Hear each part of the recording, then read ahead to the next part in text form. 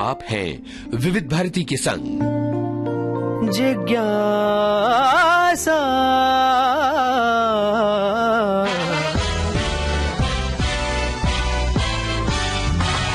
जिज्ञासा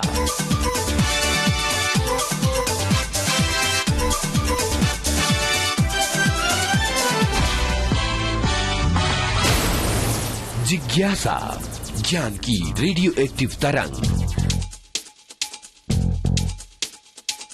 ज्ञान की रेडियो एक्टिव तरंग जिज्ञासा में मैं यूनुस खान आप सभी का बहुत बहुत स्वागत करता हूं। आप सभी पर अभी तक चढ़ा होगा फुटबॉल का बुखार। आपने देखा कि किस तरह से फीफा के फाइनल में अर्जेंटीना ने बहुत ही फीका और निराशाजनक प्रदर्शन किया। वर्ल्ड चैंपियंस इस तरह से नहीं लगे कि वो अपने पूरे जोश में हैं और स्पेन ने एक्स्ट्रा टाइम में 1-0 से हराकर दूसरी बार पुरुष फुटबॉल विश्व कप अपने नाम कर लिया है। मैच का एकमात्र गोल किया फेरान टोरेस ने।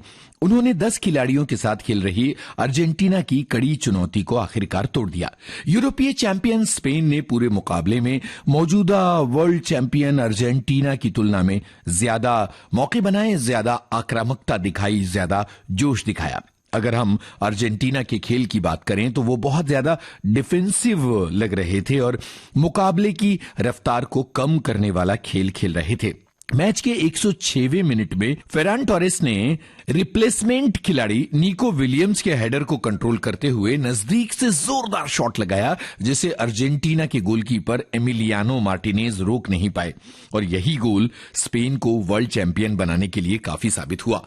फीफा विश्व कप 2026 के फाइनल में भले ही अर्जेंटीना को स्पेन के हाथों 0-1 से हार का सामना करना पड़ा हो और टीम अपना विश्व कप का खिताब बचाने में नाकाम रही हो, लेकिन इस मैच के एक तरह से हीरो रहे उनके गोलकीपर एमिलियानो मार्टिनेज। उन्होंने ऐसा प्रदर्शन किया जिसे लंबे समय तक याद किया जाएगा। फीफा वर्ल्ड कप 2026 के फाइनल में अर्जेंटीना के गोलकीपर एमिलियानो मार्टिनेज ने 120 मिनट तक शानदार गोलकीपिंग करते हुए स्पेन के लगातार हमलों को नाकाम किया। मार्टिनेज ने इस फाइनल में कुल 11 सेव किए, जो 1966 से आधिकारिक आंकड़े दर्ज होने के बाद किसी भी फीफा वर्ल्ड कप फाइनल में किसी गोलकीपर के द्वारा किए गए सबसे ज्यादा सेव हैं। यानी ये भी एक रिकॉर्ड बन चुका है। ये उपलब्धि उन्हें विश्व कप इतिहास के सबसे यादगार गोलकीपिंग प्रदर्शनों में शामिल करती है। अतिरिक्त समय के 106वें मिनट में स्पेन के सब्स्टिट्यूट फेरान टोरेस आखिरकार मार्टिनेज को छकाने में सफल रहे। टोरेस ने बॉक्स के अंदर मिले मौके को गोल में बदलते हुए स्पेन को जो 1-0 की बढ़त दिलाई वो आखिर तक कायम रही। अर्जेंटीना ट्रॉफी तो नहीं बचा सकी, लेकिन एमिलियानो मार्टिनेज ने अपने साहस, अपने धैर्य, अपनी जिद, बेमिसाल गोलकीपिंग के जरिए यह साबित कर दिया कि हार के बाद भी कुछ खिलाड़ियों के प्रदर्शन अमर हो जाते हैं। विश्व कप 2026 के फाइनल को कई सालों तक स्पेन की जीत के साथ साथ मार्टिनेज के इस बेमिसाल जुझारू प्रदर्शन के लिए इस बार जिज्ञासा कार्यक्रम में हम नमन कर रहे हैं वेस्टइंडीज के दिग्गज ऑलराउंडर गैरी सोबर्स को, जिनका बीते शुक्रवार यानी 17 जुलाई को निधन हो गया। क्रिकेट जगत के सबसे खतरनाक ऑलराउंडर के रूप में जाने गए गैरी सोबर्स का जन्म हुआ था 28 जुलाई 1936 को बारबाडोस के सेंट माइकल में और 1954 में वेस्टइंडीज के लिए उन्होंने टेस्ट क्रिकेट में डेब्यू किया था और अपने इंटरनेशनल करियर में 93 टेस्ट और 1 वनडे खेला था। 20 सालों का लंबा करियर था गैरी सोबर्स के नाम। 93 टेस्ट की 160 पारियों में बैटिंग करते हुए 57.78 के औसत से 8032 रन उन्होंने बनाए। इस दौरान उनके बल्ले से 26 शतक और 30 अर्धशतक निकले, जिसमें हाई स्कोर नाबाद 365 रनों का था। वहीं इकलौते वनडे में उन्होंने 6 गेंदें खेली, लेकिन कोई रन वो नहीं बना सके। इसके अलावा मीडियम फास्ट और स्पिन दोनों तरह की गेंदबाजी करने की काबिलियत रखने वाले गैरी ने 159 पारियों में 34.03 की औसत से 235 विकेट लिए और उनका बेस्ट रहा 8 for 80। इसके अलावा उन्होंने 6 बार 5 विकेट हॉल और 8 बार 4 विकेट हॉल भी लिए थे।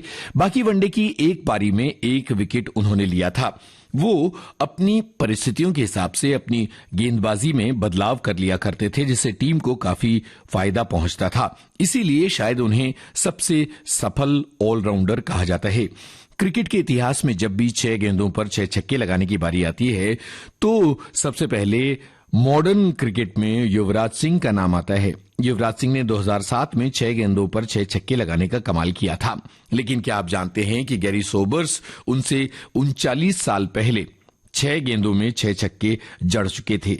गैरी सोबर्स ने 1968 में नॉटिंघमशायर के लिए खेलते हुए लगातार 6 छक्के लगाए थे। वो एक आक्रामक बल्लेबाज थे और हालात के मुताबिक अपनी बैटिंग को बदल लिया करते थे।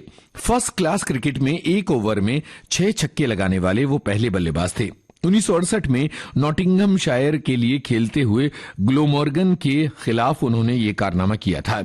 बाएं हाथ के शानदार बैटर सोबर्स ने 1958 में पाकिस्तान के खिलाफ 365 रन बनाए थे। ये रिकॉर्ड 36 साल तक टेस्ट क्रिकेट में सबसे बड़े व्यक्तिगत स्कोर के रूप में कायम रहा। वो एक बेहतरीन बॉलर भी थे जो स्पिन और सीम दोनों तरह की बॉलिंग करते थे। नॉटिंघमशायर के लिए काउंटी क्रिकेट खेलने वाले सोबर्स को 1975 में क्रिकेट में उनके योगदान के लिए नाइटहुड की उपाधि से सम्मानित किया गया था। विजडन ने उन्हें 20वीं सदी के सबसे सम्मानित 5 क्रिकेटर्स में शामिल किया था।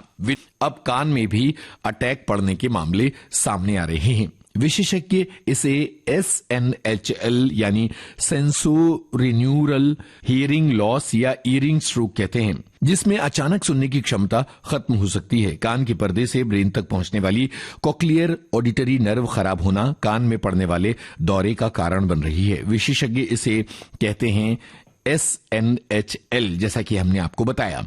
और हाल ही में प्रसिद्ध गायिका अलका याग्निक भी इसी तरह की बीमारी की चपेट में आ गई थीं, जिससे उनके सुनने की क्षमता तकरीबन खत्म हो गई थी। ENT विशेषज्ञ ये बताते हैं कि SNHL एक ऐसी स्थिति है जब किसी व्यक्ति को अचानक से सुनाई देना बंद हो जाता है।